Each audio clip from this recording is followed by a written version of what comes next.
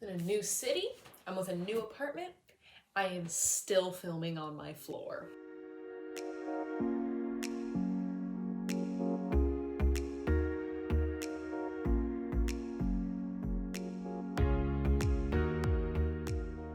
Alright, hi, hello, and welcome back to Babbling Books. For those of you who are new here, my name is Kira. For those of you who aren't, hi to like the 5 of you. Sorry, it's been a minute. If you can't tell, I moved across the country during a pandemic for a job. So things are just a little hectic, but I finally have my apartment set up. All I have left is to hang some posters, and you know what? I decided what better time to film a video than when my roommate's not here because she had to get us groceries. So let's begin. Today I'm finally making a video that I have had planned since January and just haven't had time to film because of the moving craziness. And that is, today we are talking about my wheelhouse.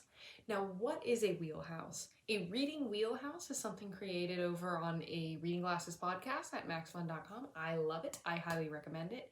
But in short, it is a collection of not necessarily genres, but tropes, story structure, anything that if someone says, this book is about dinosaurs, you will read it.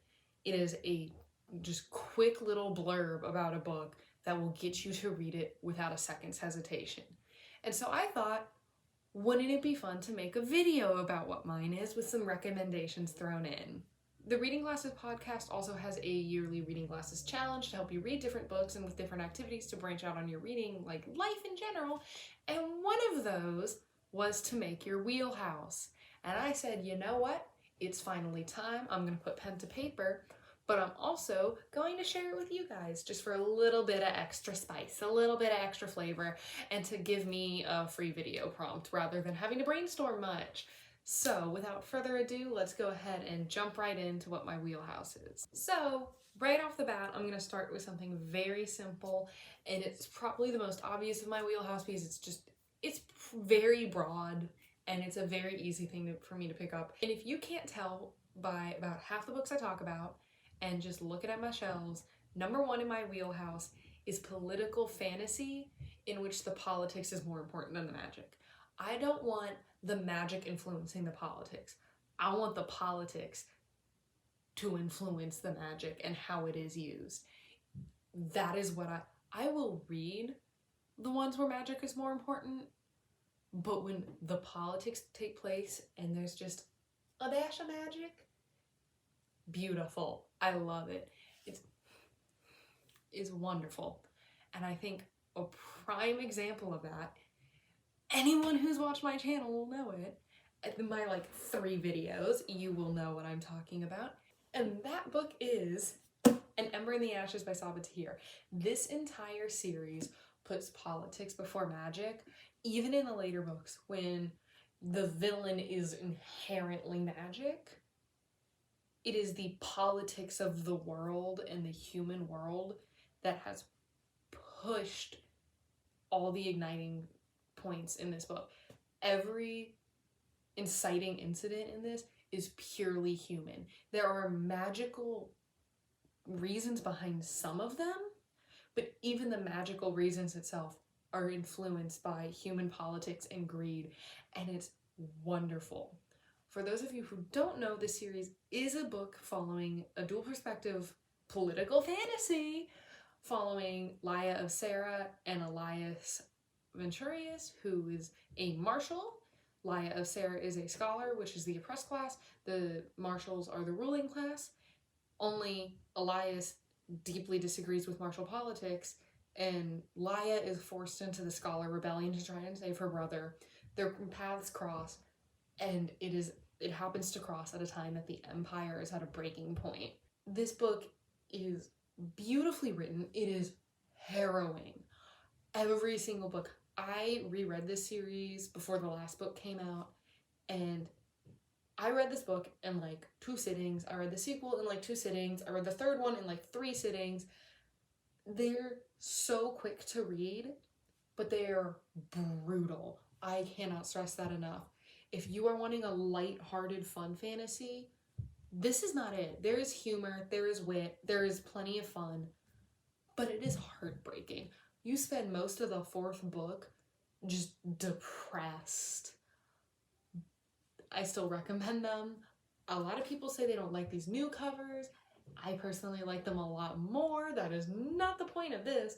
But either way, this is my top recommendation for political fantasies in which the politics takes over the fantasy. Beautiful, wonderful, 10 out of 10. Read them. My second recommendation for this is none other than Six of Crows by Leigh Bardugo. Here's the thing. The Grisha trilogy, I could take it or leave it. The Six of Crows duology, I would die for. I know both these series are just deeply stereotypically booktube, but I truly do believe they are the best examples of politics being more important than the magic system. Six of Crows follows 6 crows, who are not literal crows, but rather criminals in the underground world of the Barrel in Ketterdam, which is a city within the Grisha universe that is a major merchant city. Think of Venice and something like that in more closer to medieval and classical times. And these 6 crows, these criminals, all come from incredibly different backgrounds but are forced to work together in order to steal the formula for Judaparam, I believe is it? It's a drug that enhances Grisha powers. You would think that means this is an incredibly magic-focused book, but no. The reason this drug is important is it increases magic, but people only want it for political gain and winning wars. It is the politics that have further progressed magical inventions, and it is the politics that make it important. The people within this book are not actually magical themselves. There's Nina, who is a heartrender, and she is important in the fact that she has magic, but for the most part, magic is not among these 6 crows. They are battling it, but it is not necessary. The Grisha world is amazing and complex, but nothing tops Six of Crows. The politics in them are beautiful. The other 2, magic is too deeply influencing on the politics themselves, whether it's Nikolai debating whether or not he can be emperor because of certain magical happenstances, or with the Grisha trilogy, the entire country is upended when Alina finds out she's the Sun Summoner. That's not a spoiler, that's the summary for the book. So they're fun, they're enjoyable. King of Scars is better in my opinion, but it's still no Six of Crows because it is so much magic acts as the catalyst, and I want magic to work around the world. I want the world to be able to logically exist without the magic and still be just as interesting. And Six of Crows proves the Grisha trilogy can do just that, and I love it. I highly recommend it. Number 2 on my list is a bit of a surprise because I don't know, it's similar to the last category. I can't actually recommend a lot simply because it's a newer discovery for me, but I do know I'm very specific on this rule, and that is romance books with an incredibly strong B plot. What I mean by this is I want a book where the main plot is romance, 2 characters falling in love, but the B plot is strong enough, it's almost like it could be advertised as something else. There is just as much importance placed on other characters and other things happening, that it is not just chapter of them flirting, chapter of them fighting, chapter of them flirting, chapter of them banging, chapter of them fighting. Romance can be so formulaic that sometimes I have issues with it, and so when they have a strong B plot, it helps it stand out in my head. Anyways, a prime example for this is the book that I'd be remiss without mentioning, mostly because it's one of my favorite books. I probably talk about it even more than I talk about An Ember in the Ashes. And it's the reason I know that this trope gets me hooked, this writing style, and that is Red, White, and Royal Blue by Casey McQuiston. Literally, I got a book of the month just so I could have this book in hardback because its paperback has a flap, that thing with the cover short, and I don't like that. And I was like, no, I need this book hardback because I loved it. It's everywhere, I'm sure you know, and I mean the title kind of even gives it away. It is the president's son falling in love with the Prince of England. I don't care about that aspect of it. Alex and Henry are great. They're an adorable couple. I would not be able to enjoy this book if it weren't for them. But they could be a football player and a school janitor, and I would still enjoy it because the B plot for this is amazing. I mean, that's a lie. The B plot is very dependent on Alex being the son of a president because it is very politically based. Wild. I love political fantasy and I love the romance book that has political basis in it. Doesn't change the fact this book is phenomenal. Casey McQuiston writes characters that just feel alive. But on top of that, the B plot for this is just amazing. Alex isn't aware he's bi at the start of the book, and so there's an entire subplot of him coming to terms with that is incredibly relatable and realistic, and frankly, not the downer that most coming out stories are. It's funny, it's light, it's human. It's not, oh my god, if I come out, I have to leave, I have to run away, I'm gonna get bullied. There is, of course, the fear of when he comes out, it is going to affect his mother's election counts because he is from Texas. She was a senator for Texas, I want to say, and she's up for presidential re-election that year. So there is that worry that him coming out might affect his mother's political career, but it is never a self-inflicted hatred or worry. It is a microcosm of what we are still going through. Even with Donald Trump out of office, there is still so much we have to fight against.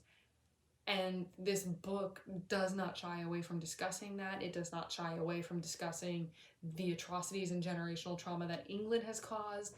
So it's not like you're sitting there going, and with Henry being a royal and just not having the problematic side of the British royalty discussed. It really felt well-rounded and fleshed out. A lot of the times, if you found a book like this, it wouldn't have a commentary on the powers that be. It would just be like, well, they're coincidentally in these seats of power, and then just not talk about anything outside of it and never criticize. And I love that Casey McQuiston made sure to criticize those points, because you cannot have a book about this topic without criticism, I do not believe. Either way, Red, White, and Royal Blue, read it. I flew through it. Her writing is hilarious. If you don't like romance, you might like this one. I have read it 3 times, loved it every time, find something new to love every time. I plan on reading it a 4th so that I can annotate it. 10 out of 10. Why I love romance with a strong B plot. The other book of romance with a strong B plot that I would recommend is, and that one is The Sun is Also a Star by Nicola Yoon. First off, beautiful book. I love this book. I have also reread this one multiple times, and it's because this is advertised as a romance, and it does technically hit all the genre marks. It is a story about a couple, it is about them growing together, and there is a happy ending. I do want that said. This book is depressing, it will make you cry, but there is a happy ending. It is worth it, it does not leave you feeling gutted. The Sun is Also a Star follows Natasha and Daniel, who are 2 different generations of immigrants in America. Daniel's parents immigrated here, but he was born here, and Natasha's family immigrated here illegally when she was about 8. And she is being deported in 24 hours. And Daniel has an interview with Yale Law later that day. He wants no part of it. He believes in destiny and wants to be a writer. Natasha believes in the finite randomness of life and science and wants to do nothing more than stay in the US. It follows them as they spend 24 hours in New York, falling in love and seeing how their 2 worldviews collide, and is wonderful. The B plot is, of course, the craziness going on in their lives. It propels the story more than them just wandering New York.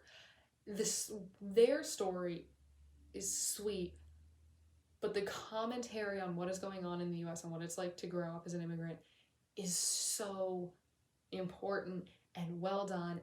Nicola Yoon and her husband are both very clearly involved in this, seeing as her husband is Korean and she herself is Jamaican, just like Natasha. And so the cultures feel a lot more real, along with how those cultures interact and the pressures that came with them when they moved to America. And the book, it permeates this book. It is so realistic. She poured her heart and soul into it.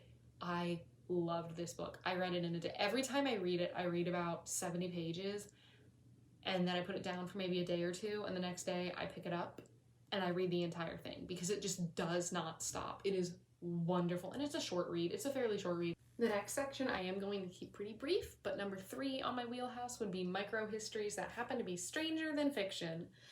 There is something about life that is so inherently bizarre. Not to sound like the opening to a Nova episode, but it's true. Anyways, micro-histories, when they're stranger than fiction, are about things that are just unbelievable, are just, I love them. I read about 4 recently via audiobook, but the top 2 that I would recommend are Radium Girls by Kate Moore, which, if you don't know about, follows the history of the Radium Girls in New Jersey and Illinois in the 1920s. They were radium dial painters, and knowingly, the companies slowly were poisoning these women with radium. And as they rotted away and got different cancers, as the radium settled in their bones, they tried to sue these companies for medical relief.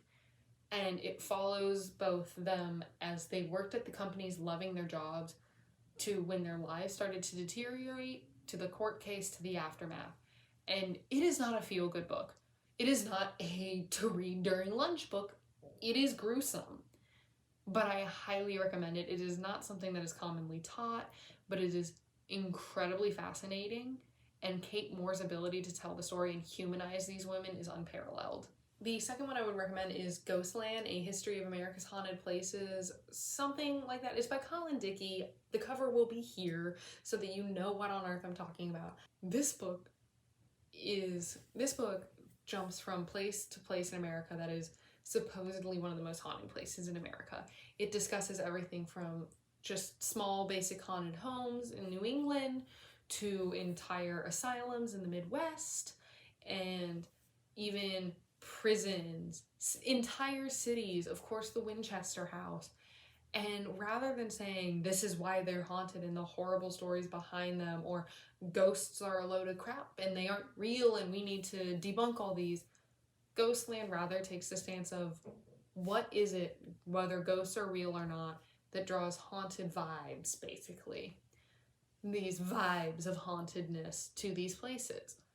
If ghosts are real, why does it tend to be these places? And if they're not, why do so many people believe it is? Like, this is a type of place to become haunted and draw spirits to it. And so it really delves into the history of each of these places and the American canon within storytelling and how it's adjusted. One of the houses, he talks about how it was actually renovated to appear more like a book, one house in a book, when the book itself was based on this house. So it then actively changed the real life house because so many people were expecting it to look like the haunted house from this text. And so it's just this very interesting exploration on how culture feeds ghost stories, but then ghost stories then reciprocally feed culture. And it was wonderful. First off, I thought it was incredibly interesting because I've actually lived near or gone to a few of the places. And second off, you don't really see stances like that when you're discussing haunted. It's either ghosts aren't real and you're just a baby, or ghosts are real and you're just closed-minded. And so to have this just very clinical cultural approach to, if they are real, why are they drawn to these locations? If they aren't real, why do we have so many stories about these locations?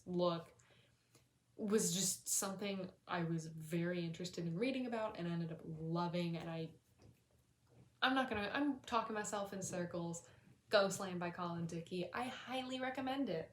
I originally had one bullet talking about myth adaptations and retellings. And while that is very true, I do love when different stories are adapted.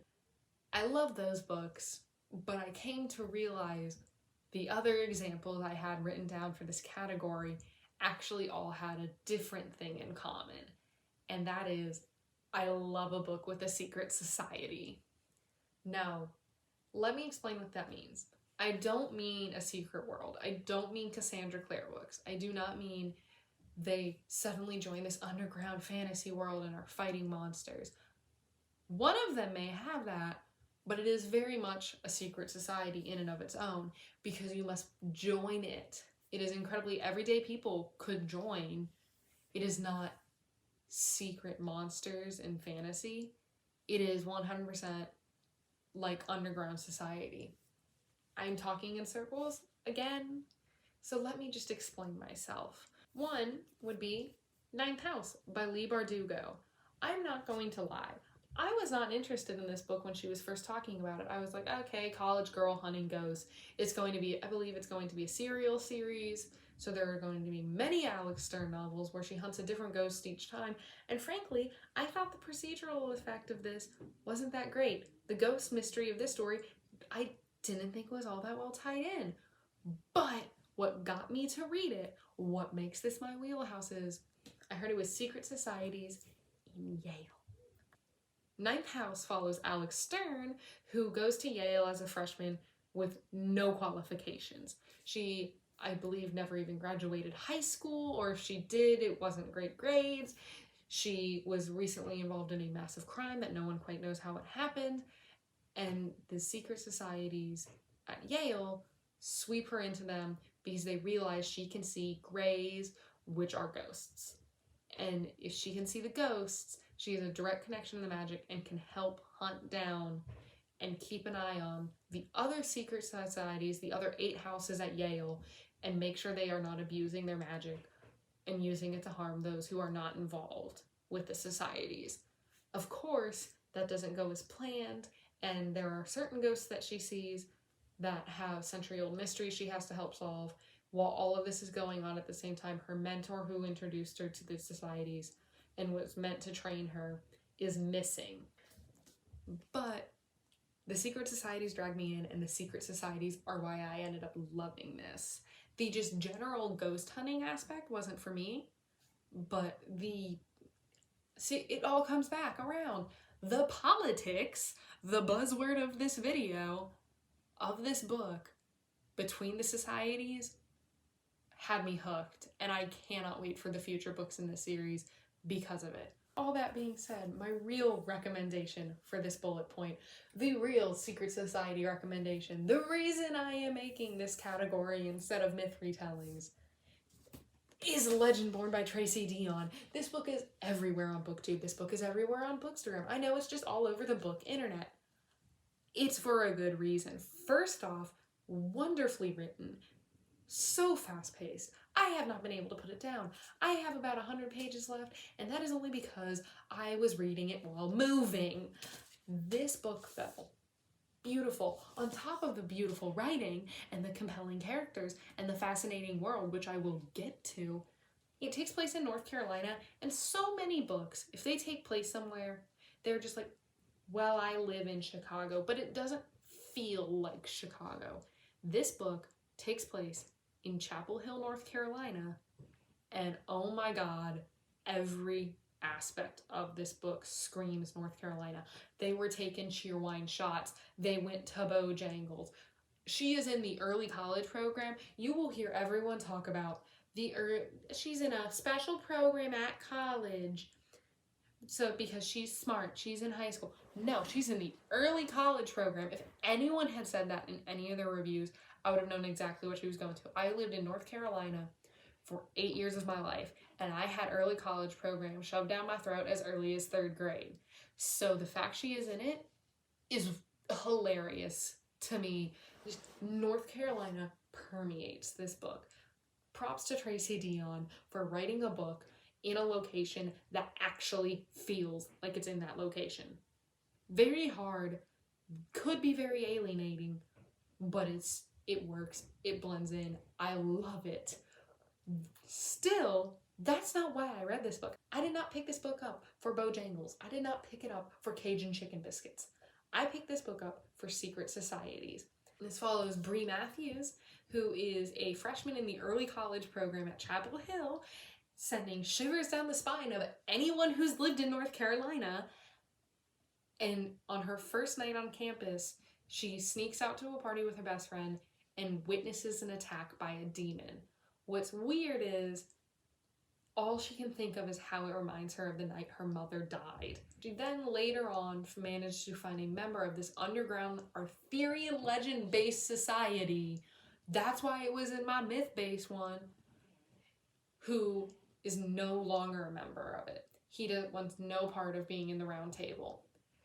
but she manages to pressure him into joining so that she can try to join the society with him as her sponsor to uncover what happened the night of her mother's death. This book, there are scions who are people who have the powers of the Knights of the Round Table. They aren't always called, meaning they have the powers activated, but there is a chance they could be. And while they still maintain who they are, they have the abilities of these famous knights. The commentary this book also makes on things such as colonization, cultural appropriation. It just feels natural. Some books will try to discuss that and it will feel like they're beating it over your head with the bat because some people need to be beat over the head with the bat about it. This book is like, no, I'm not going to be subtle about it, but it very much makes sense within the story and how Bree feels. It's so good. It is emotionally raw, but I highly recommend it. I am loving this book. Like I said, I have about 100 pages left. I fully plan to finish it right after I'm done filming this. Highly recommend. 10 out of 10. It's also clearly going to be like a massive series. I'm losing my mind. I'm so excited. Just legend born for Secret Society books. Finally, I have what I think might be my favorite category on this list, even if it's not the one I read the most of. And that is urban fantasy where anything fantastical is seen as an inconvenience. I want the fantasy to be the mundane. And the most prime example I have of that is one of my all-time favorite books. I love it. It was so funny. That is Good Omens by Neil Gaiman and Terry Pratchett. This edition has Crowley on it, who is a demon from hell. There's another edition where you can get Aziraphale on it, who is an angel from heaven. The two of them are tasked by the opposing sides when the Antichrist is born to keep an eye on him and raise him in favor of their beliefs. The problem is, they realize about a week before Armageddon, they've been raising the wrong child. And on top of that, the reason they wanted to be in charge of raising the child is they don't want Armageddon to happen. They quite like sushi, and they don't want the dolphins to boil. So the fantasy sides of their lives are getting in the way. If there is some big war, they aren't going to be able to collect rare books. They aren't going to be able to get drunk and raise their plants. Fantasy is an inconvenience. And it is a fantastic book. It is hilarious. It is witty. I cannot sing praise enough. It's just how it manages to make fantasy so ingrained in it, yet it's weird. It walked a very fine line because the fantasy is secret to the majority of the world, and yet everyone just finds it so inconvenienced. Later on in the book, crazy things start happening, altering reality, and just no one's fazed by it. News sources are just like, huh? This Tuesday there's the Kraken. That's pretty weird, huh? It's so good that even those who don't know about the magic in the world just shrug it off, and it had such comedy. I highly, highly, highly cannot praise this book enough. Recommend. I also have to recommend the other current booktube darling, House on the Cerulean Sea. I did not realize going into this book how calm about magical society it was going to be. This book follows a caseworker for the magical youth department of the government or something. He is in charge of keeping an eye on magical youth orphanages and making sure these children are being treated right. He is then sent on a secret mission to an orphanage that no one knows about the existence of because the children there are beyond special and could be seen as a threat. Do not read the actual summary of this book because it tells you what the children are. It tells you what type of magical creatures they are. And that's half the fun. I didn't read it. I didn't know the summary gave away what the kids were. And when I was reading the book and it said that Lucy is I lost my mind. It was hilarious because suddenly he's going to an island with these horror, like truly genuinely, if you heard that you were about to go to an island and be locked on it with these types of like magical creatures, you'd be very worried.